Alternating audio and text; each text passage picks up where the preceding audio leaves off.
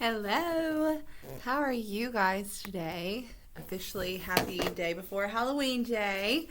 Hope you can guess who I am. I'm Miss Frizzle today. I'm going to set my friend aside. Today in class, we just did a couple of fun labs. And so I'm just going to show you what we did today. You can do them at home if you would like to with your parents' permission. Or you can just watch this and then have a great afternoon. It's up to you. If you do it and you take pictures, I would love to see them. Anyways, so we did two different things today. We talked about conductors and insulators.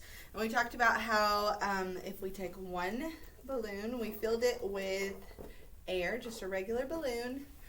And then we took another balloon and we filled it with water. This is very tricky. So I'm going to show you. I just put water in the bottom of it. You don't have to fill the whole thing up with water. So put some water in it. I'm going to blow it up.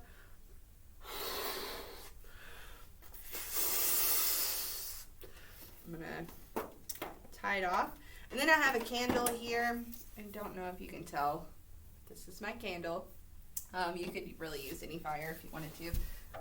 Again, ask your parents. Don't do this at home. So anyways, we formed a hypothesis. Hypothesis, side note. What is a hypothesis? A hypothesis is an educated guess or a guess using all of the things that you know. Hypothesis does not have to be correct because it's just a guess. And then we do the lab or the experiment. And if you already knew all the answers, you wouldn't need to do the labs, right? So, form a hypothesis. What do you think will happen when we put a balloon over the fire? Some people thought that it would float up like a hot air balloon. Some people thought that it would shrink. Some people said that they thought it would pop. So I want you to think about what you would think would happen. Then let's do it. Let's see what happens. I'm going to hold it over the flame. It scares me every time. But, boom, you can see that it does, in fact, pop. I'm going to relight my candle. And let's talk about if I add water in there, does it do the same thing? So you can see, I'll come a little closer. You can see that there's water in the bottom of it. And I'm going to do my best to hold the flame underneath the water. Okay? So not from the side, but over the water. I'm not going to do it close to my computer. Just in case something crazy happens. Anyways, so we're going to hold it over. And as you can see, it does not pop.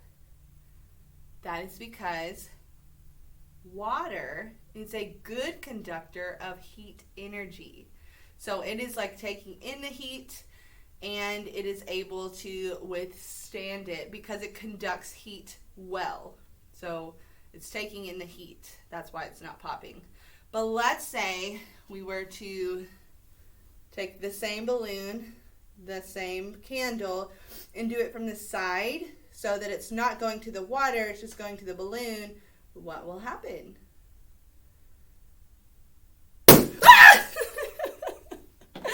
As you can see, it will pop. So that was the first thing that we did, just kind of talking about how water is a good conductor of energy. And we talked about how conductors are things that let energy pass through them. And insulators do not. They hold the energy in and it can't keep flowing through. So the balloon can't hold all of that heat energy. So boop, there it went. So there was our first lab today. It was really fun to watch everybody whenever it popped. The next one we did was super fun. This is actually the first time I'd ever done it. It's never a good idea to do labs for the first time with a class, but that's what we did today. But anyway, so we took a pumpkin. If you have carved pumpkins, I carved these with my son Jagger, but we used pumpkins that were carved for this. You don't actually have to have a pumpkin, and it doesn't have to be carved. It's up to you.